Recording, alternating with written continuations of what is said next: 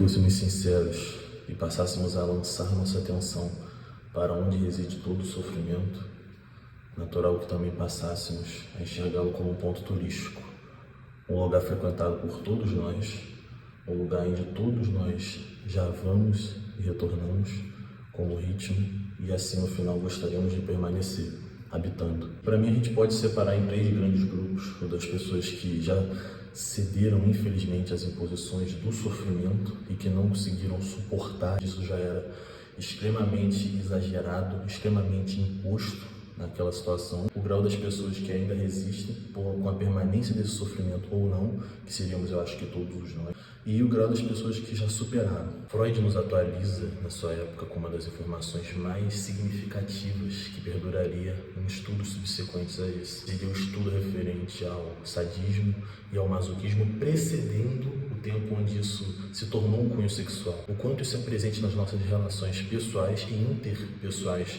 com o mundo e com as pessoas. Todos nós, enquanto seres humanos, temos algum grau de felicitação e de realização, de desejo e de prazer enquanto causamos dor a outra pessoa. Nós temos esse grau sádico, teríamos também o nosso grau masoquista, imposto por uma ideia de qual a origem é somente o sádico. De gostar do sofrer seria por justamente a gente transferir o papel de carrasco a outra pessoa enquanto nos cause. E não o fato da gente simplesmente causar com o outro, mas com eu transferindo essa carapuça para que ele possa realizar isso para comigo. É sempre uma vertente de castigo, de imposição. Em grau também estabelecer a grande diferença que eu faço entre dor e sofrimento. A dor é algo inevitável, você não tem poder de escolha do quanto aquilo vai te afetar. O sofrimento seria fazer do impacto uma morada eterna. Será que não tem algum grau de você que se regozija de ficar ouvindo uma música triste que bate exatamente com aquilo que descreve? Você fala, nossa, esse cara ele fala exatamente o que eu vivo e eu me sinto cada vez mais pulsante, cada vez mais vibrante. Será que não tem um grau de apreciação realmente pela dor, algo que a gente nega conscientemente? Certeza sobre o movimento das coisas que nos cercam. A gente mal consegue controlar a nós mesmos, quem dirá os eventos do mundo. A gente não sofre somente com a aceitação daquilo, mas com o gozo de estar sofrendo.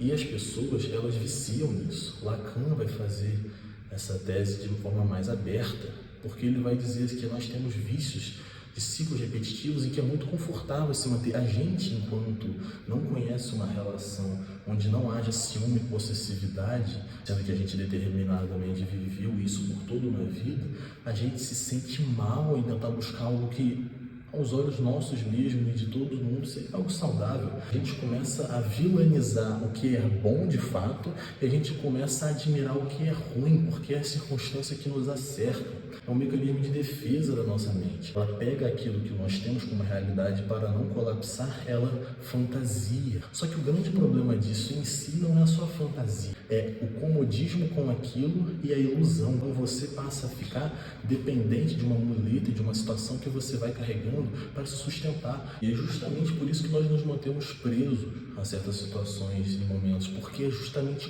cômodo. Pode ser um cômodo de espinhos, mas é um espinho qual a gente já está habituado. Muito mais gostoso optar pela dor conhecida do que por uma dor que não se conhece. Mediante algumas piadas do dia a dia, alguns trocadilhos, analisaremos que muito do nosso riso vem por uma sensação de superioridade e inferioridade do ego, uma sensação de se sentir melhor que o outro, uma sensação de gozar com o ruim, uma sensação de sadismo e masoquismo. Vou explicar um pouco essa teoria, da questão do xiste para não deixar vago, mesmo não sendo o tema principal do vídeo. Vai ter graus onde a plateia é sempre pior do que todo aquele que dá a cara a tapa para dizer. O cara que está dando a cara a tapa, ele nada mais faz do que ter a coragem de expor momentaneamente um pensamento coletivo que nem necessariamente é dele, e a pessoa, enquanto ouve e ri, consegue se liberar numa sensação positiva de riso ali naquele momento, porque meio que, de certa forma, pelo xiste se explica o Freud, que a pessoa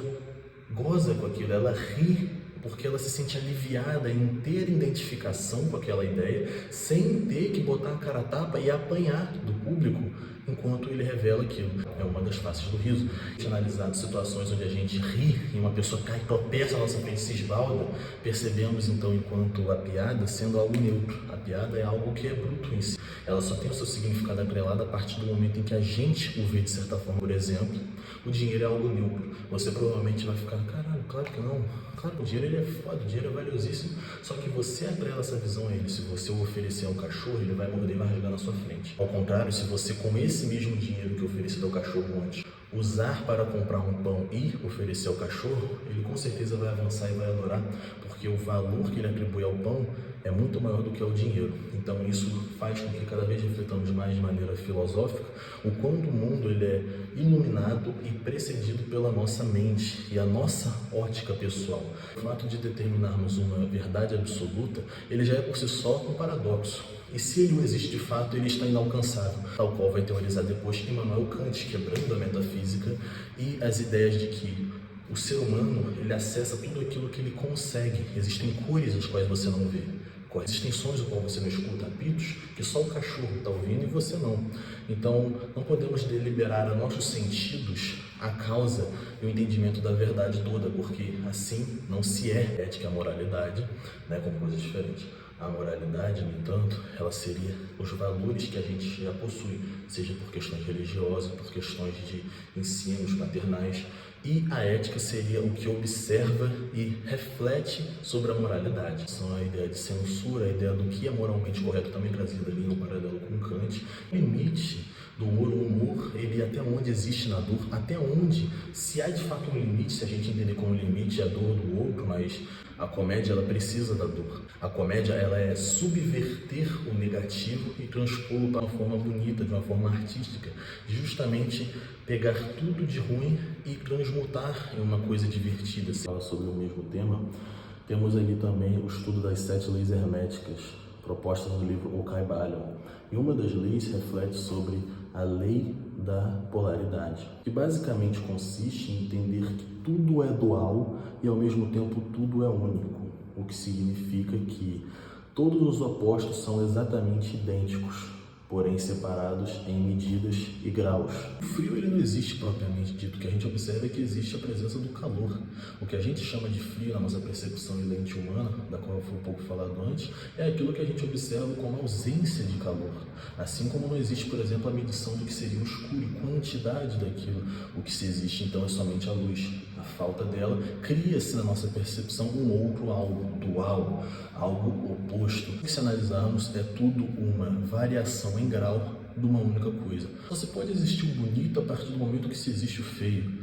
Da mesma forma, só pode existir o alegre a partir do momento que se existe a tristeza. No momento em que um deixar de existir, o outro também deixa.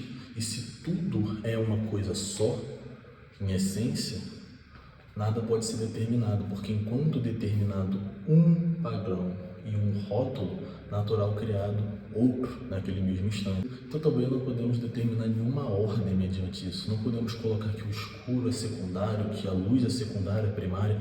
Não existe isso. O oposto que se cria então é a falta do elemento principal. Então a dor nada mais é do que um baixo grau de felicidade. A partir do momento que se há um a outro, é um encaixe, sobraremos então a plena paz e a plena virtude que vai ser descrita em diferentes filosofias e religiões. No budismo, então, vai ser chamado de iluminação, atingido por Siddhartha Gautama e outros indivíduos. Siddhartha Gautama é o Buda enquanto ser humano, enquanto príncipe da Índia. E o Buda, na verdade, em etimologia, significa o iluminado. Então, todos nós podemos ser Budas. No hinduísmo, como praticantes e yogis, temos também a presença de pessoas que atingiram e buscam atingir o estado máximo de consciência, nomeado por Samadhi. O que faz com que o sofrimento permaneça em alto grau não seja justamente a gente só não aceitar a existência daquilo e aceitar a dor de um golpe, mas o fato da gente se devanhar em prazer com ele.